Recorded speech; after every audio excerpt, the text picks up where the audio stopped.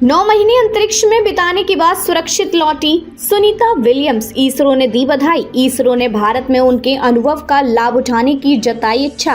बुधवार को भारतीय अंतरिक्ष अनुसंधान संगठन के अध्यक्ष वी नारायण ने सुनीता विलियम्स की वापसी को एक ऐतिहासिक उपलब्धि बताते हुए बधाई दी। उन्होंने कहा कि यह नासा, स्पेसएक्स और अमेरिका की अंतरिक्ष यात्रा में मजबूत प्रतिबद्धता को दर्शाता है। इसरो ने एक्स पर नारायण का संदेश साझा किया। Welcome back Sunita Williams. आपकी सुरक्षित वापसी अंतरिक्ष अन्वेषण के प्रति नासा, स्पेसएक्स और यूएसए की प्रतिबद्धता को दर्शाती है। नारायण ने आगे कहा, जब भारत प्रधानमंत्री मोदी जी के नेतृत्व में विकसित राष्ट्र बनने की ओर अग्रसर है, तो हम सुनीता विलियम्स के अनुभव और ज्ञान का उपयोग करना चाहते हैं। उन्होंने सुनीता विलियम्स को प्रेरणा स्रोत बताते हुए कहा कि उनकी लगन और समर्पण दुनिया के अंतरिक्ष प्रेमियों के लिए प्रेरणा का स्रोत है। कैसे 9 महीने तक आईएसएस में फंसे रही सुनीता विलियम्स और Bush Wilmore.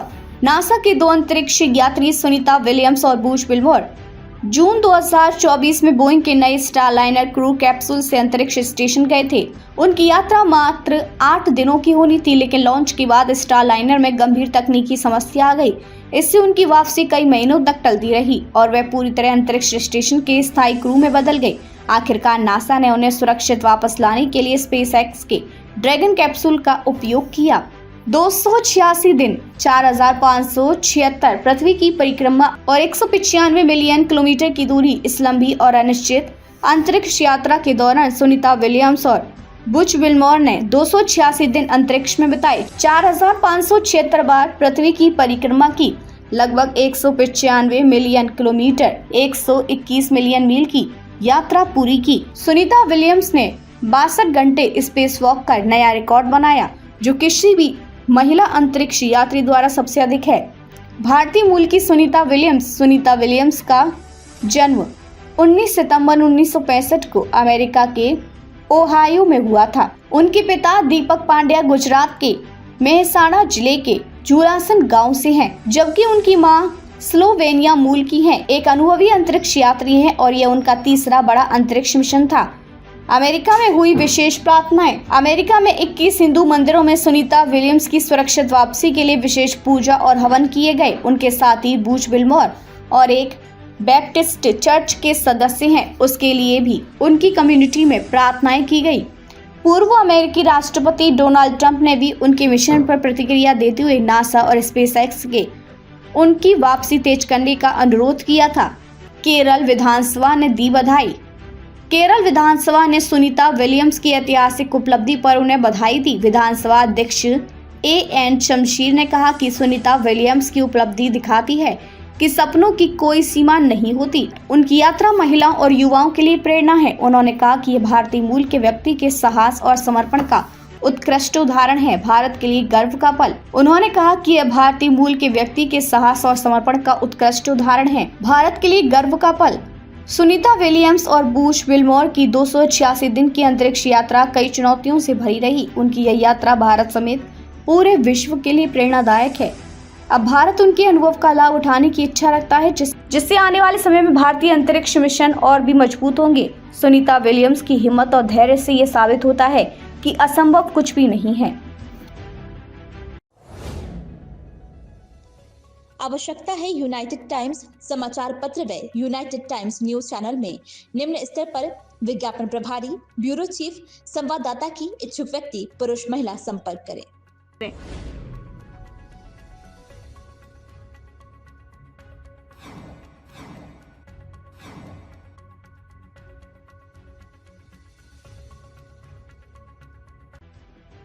Johnson and Johnson का टेलीकॉम पाउडर विवाद, 16 साल की कानूनी लड़ाई और अब एक अहम फैसला। 16 साल से चल रहा केस अब आखिरी मोड़ पर। जॉनसन एंड जॉनसन पर उसके टेल्क बेस्ड बेबी पाउडर को लेकर पिछले 16 सालों से कानूनी शिकंजा कसता जा रहा है।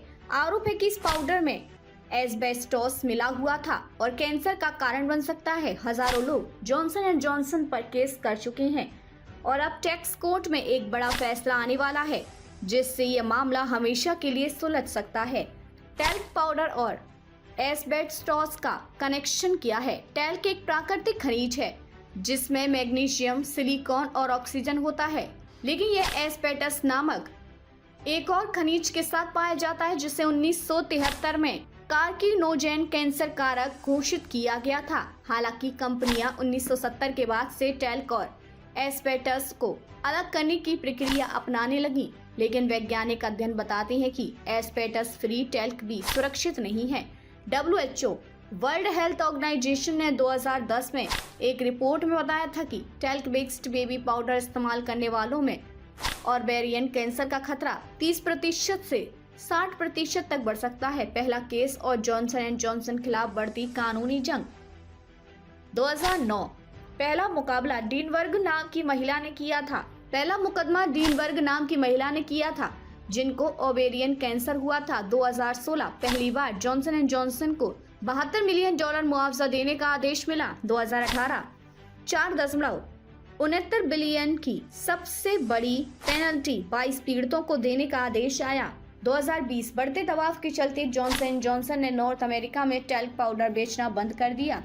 जॉनसन एंड जॉनसन की टेक्सास 2 स्टेप चाल। जॉनसन एंड जॉनसन ने अपने ऊपर से मुकदमे को बोझ हटाने के लिए टेक्सास 2 स्टेप बैंकरप्टी नामक एक कानूनी तरकीब अपनाई। 2021 जॉनसन एंड जॉनसन ने एक नई कंपनी LTL मैनेजमेंट LLC और टैल्क पाउडर से जुड़े सारे दावों को इसमें ट्रांसफर कर दिया। फिर इस कंपनी ने बैंकरप्टी सी दिवालिया घोषित कर दिया ताकि जॉनसन एंड जॉनसन खुद को मुकदमों से बचा सके। 2023 कोर्ट ने इस चाल को गैर कानूनी बताया और जॉनसन एंड जॉनसन का दिवालिया आवेदन रद्द कर दिया।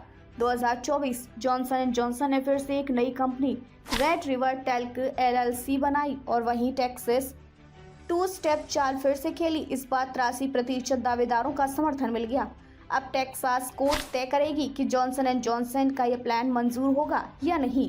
$8.2 बिलियन का सेटलमेंट होगा, समाधान या फिर अपील। जॉनसन एंड जॉनसन ने $8.2 बिलियन लगभग 68,000 करोड़ का मुआवजा देने का प्रस्ताव दिया है, लेकिन कई वकीलों और पीड़ितों का कहना है कि यह रकम पर्याप्त नहीं है।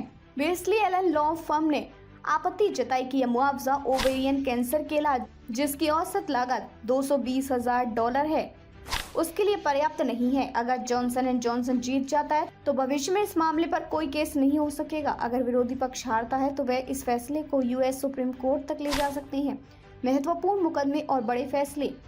अक्टूबर 2024 कंसिट कोर्ट जूरी ने $15 मिलियन का जुर्माना लगाया। अगस्त 2024 साउथ कैरोलिना की जूरी ने $63.4 मिलियन मुआवजा दिया। जुलाई 2024 WHO ने टैग को प्रोबेबल कार्किनोजेन संभावित कैंसर कारक घोषित किया। जून 2024 ओरेगॉन में जॉनसन एंड जॉनसन को $260 मिलियन देने का आदेश हुआ।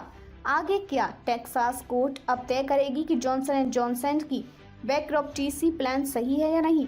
अगर कोर्ट जॉनसन एंड जॉनसन के पक्ष में फैसला देता है तो पीड़ितों को कुछ राहत मिलेगी, लेकिन कंपनी भविष्य के मुकदमों से बच जाएगी। अगर कोर्ट जॉनसन एंड जॉनसन के खिलाफ फैसला देती है तो कंपनी पर और भी भारी दावे ठोक सकते हैं। क्या जॉनसन एंड जॉनसन की चाल कामयाब होगी या फिर अदालत इसे खारिज कर देगी?